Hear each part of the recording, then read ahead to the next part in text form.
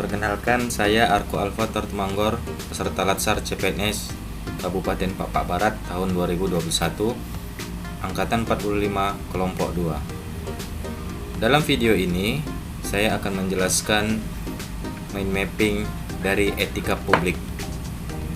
Sebelumnya, kita ketahui bahwasannya sebagai seorang ASN harus benar-benar memahami bagaimana fungsi atau peranan etika publik dalam pekerjaannya. Untuk itu, ada beberapa poin yang dibahas dari etika publik.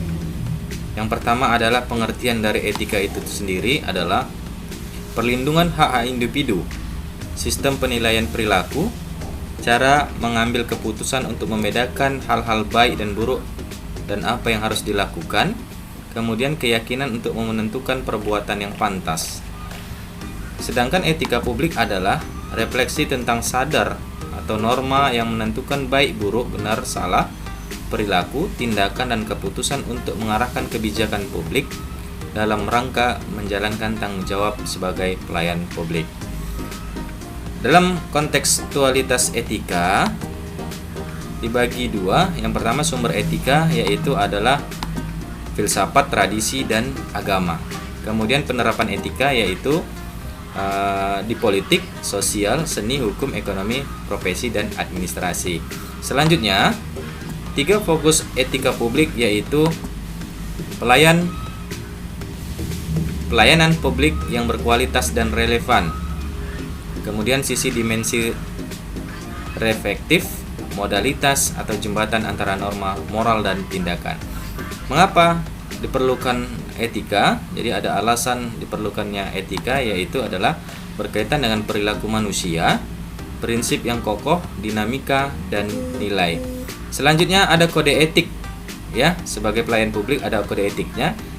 Dituangkan dalam bentuk ketentuan tertulis, mengatur tingkah laku dalam kelompok khusus berdasarkan sudut pandang atas hal-hal prinsip. Kemudian ada moral. Moral dari pelayan publik adalah kewajiban untuk melakukan yang baik atau apa yang harus dilakukannya. Nah, kode etik sebagai ASN yaitu yang pertama adalah memegang teguh nilai dasar ASN, memberikan informasi secara benar, barang milik negara secara bertanggung jawab dalam penggunaannya, efektif dan efisien, sesuai dengan perintah atasan atau pejabat yang berwenang, sikap hormat, sopan, dan tanpa tekanan, jujur, tanggung jawab, dan berintegritas, cermat, dan disiplin, sesuai dengan ketentuan perundang-undangan, menjaga kerahasiaan, tidak menyalahgunakan informasi, menjaga agar tidak terjadi konflik kepentingan, dan melaksanakan ketentuan Perpu tentang disiplin pegawai. Nah, etika politik yaitu ada politik, aksi politik, kemudian saran, kemudian tujuan. Nah, ada nilai-nilai dasar yang perlu kita pahami dalam etika publik adalah yang pertama, jujur dalam memberikan informasi, sopan santun, bersikap terbuka, menjaga informasi, bersikap tulus, bersikap hormat, bertanggung jawab, dan berlaku adil.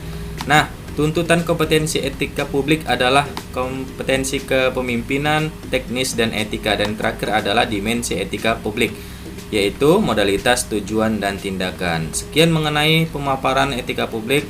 Semoga menjadi ASN yang profesional apabila memahami etika publik dengan benar. Terima kasih.